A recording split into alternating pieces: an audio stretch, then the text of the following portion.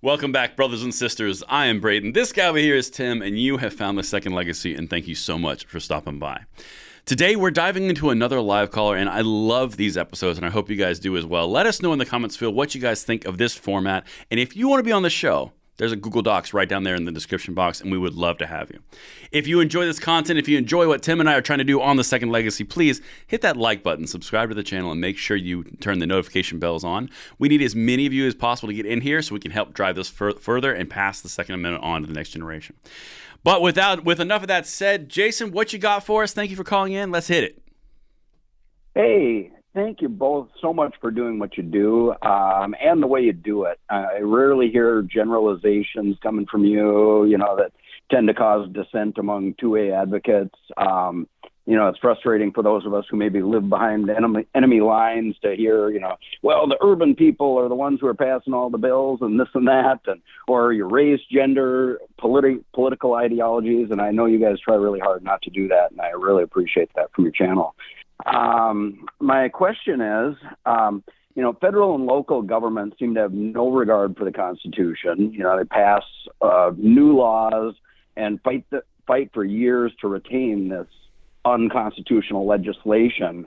And, say I carry from Minnesota through Wisconsin and Iowa, I get to Illinois and I get arrested. Does the 2A community stand with me, or do they let me be fed to the wolves? At what point do we start standing behind each other and just carry a copy of the Bill of Rights as our firearms permit? Well, so there was a lot there in that question. Okay, there's a lot of there was no. You're perfectly fine. So let's just take this piece by piece. I mean, yes, I completely understand the perception of having the Bill of Rights. And by the way, thank you for your kind words at the beginning. That was really nice of you to say. I think that there is something broader here that this is tending to go towards. So one of the things that I've noticed is the infringements that come from the left. I'm going to hit this on the other side of this piece, but the things that come from the left are what's necessary to cement and close that door from them forever. So I don't want to take up too much of that. I want to throw Tim in here, but I'll come back to that. Tim, what do you think? Yeah, well, I do wish that the 2A community would stand together, and we'd be such a force to be reckoned with if we did. Many times there is division within any group, including the 2A community. And so you will see absolutists, you'll see people that want purity tests, you'll see people that are the yow butts gun owners. Like, I own guns, but, and so we all have to find a way past our differences and agree that the Second Amendment is critically important and that we should all support each other moving forward and fight to push back against all this anti-gun legislation going on. I mean, if you go back in time when we were having a national discussion about passing a federal reciprocity bill, there were people in the Second Amendment community saying, I don't want the feds involved in anything. No. So they would turn their back on the feds forcing the states to honor each other's licenses and permits because they just didn't want the feds getting involved. And I don't necessarily understand that logic. It's that incrementalism that's being used against us that I advocate for using against our opponents. And that would be an example of that. Is it ideal? No. We should just be able to carry a copy of the Constitution in our pocket. And if we ever get stopped saying, do you have a weapon? Well, that's none of your business. But even if I did, I have a Constitution that protects me. But the reality is we live in a different world. And so, yes, we should come together. We should support each other. And this petty infighting, we need to stop. It's gotten pretty bad. Well, I mean, look at another recent case in point is Florida.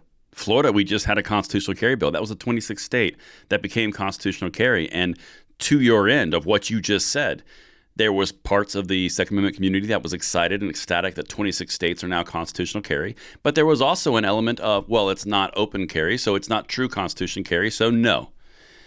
I think something that's really important to what you just said was we don't live in a perfect world.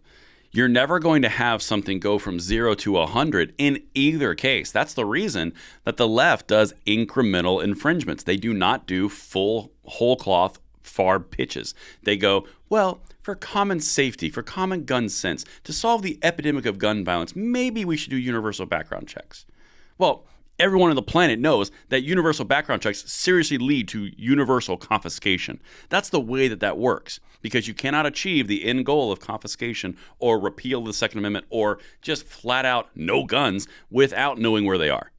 And they'll never say it. That's part of the progressives' line. They will never tell you their true intent because they have to do it incrementally. That has been the case in our history forever. Now, something that I alluded to earlier is you have to have injury for the courts to intervene. You have to have injury and a problem for them to solve legislatively. And the problem that you just described was going from state to state to state, and all of a sudden you're in jail. Well, that's because states have different varying degrees of freedom. That should be something that the legislatures and the judicial should look at, but it can't happen without them crossing the line, if that makes sense. And the last thing that I'll say on that is kind of going to your point of when will we all stand together? There's a lie that is being told on the gun control side that even permeates the gun rights side. And it's, well, just a little bit of common sense can go a long way in safety. And they never address the idea that can't say idea twice. They never address the concept that in order to have safety, you have to have control. In order to have control, you have to curtail freedoms. And it's almost like the macro mission there is overviewed by the micro. Don't fall for the micro, because macro is the goal. Trust me, believe me. That's what they're doing. Yep. At least that's my perspective. So what do you think, Jason? I think absolutely. I think you're absolutely right on that. It is death by 1,000 cuts, and we see it. The court systems are not necessarily, even if they are in our favor, the system itself is not in our favor, because look at what's happening in California and Washington. California's assault weapons ban. I know we don't like to use that term, but it's okay. We're all friends here. We know what you mean. California's assault weapons ban is basically being shot down, based on the Bruin decision. And yet here, Washington State is doing the exact same thing. And now the citizens of Washington are going to have to fight the same battle, because nobody in the court system has the guts to just stand up and say, no, done, enough. All right. So, Tim, do you want to jump on that? Because I think we're going the same direction on that. So here's the reality of the world we live in, man. It's always going to be this way. There's always going to be people trying to strip you of your liberties, and we're always going to have to fight them off. I wish we could get that one definitive court case. We could get that one definitive law passed, and it would stop this assault against our rights. The reality is it's never going to happen. That's why we have to train the next generation, teach them that they have to fight for their rights, because if they become apathetic to those rights, if they just assume that they're always going to have them, or worse, they don't care that they have them, that's how we lose them. And that's what the anti-gunners, the anti-freedom people are hoping for. They've spun up this culture war.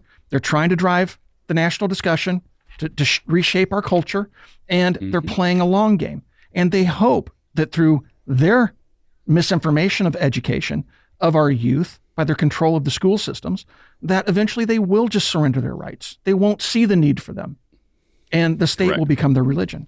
And so that's what they're pushing for, and that's what we have to fight constantly against. We'll never be able to lay our swords down.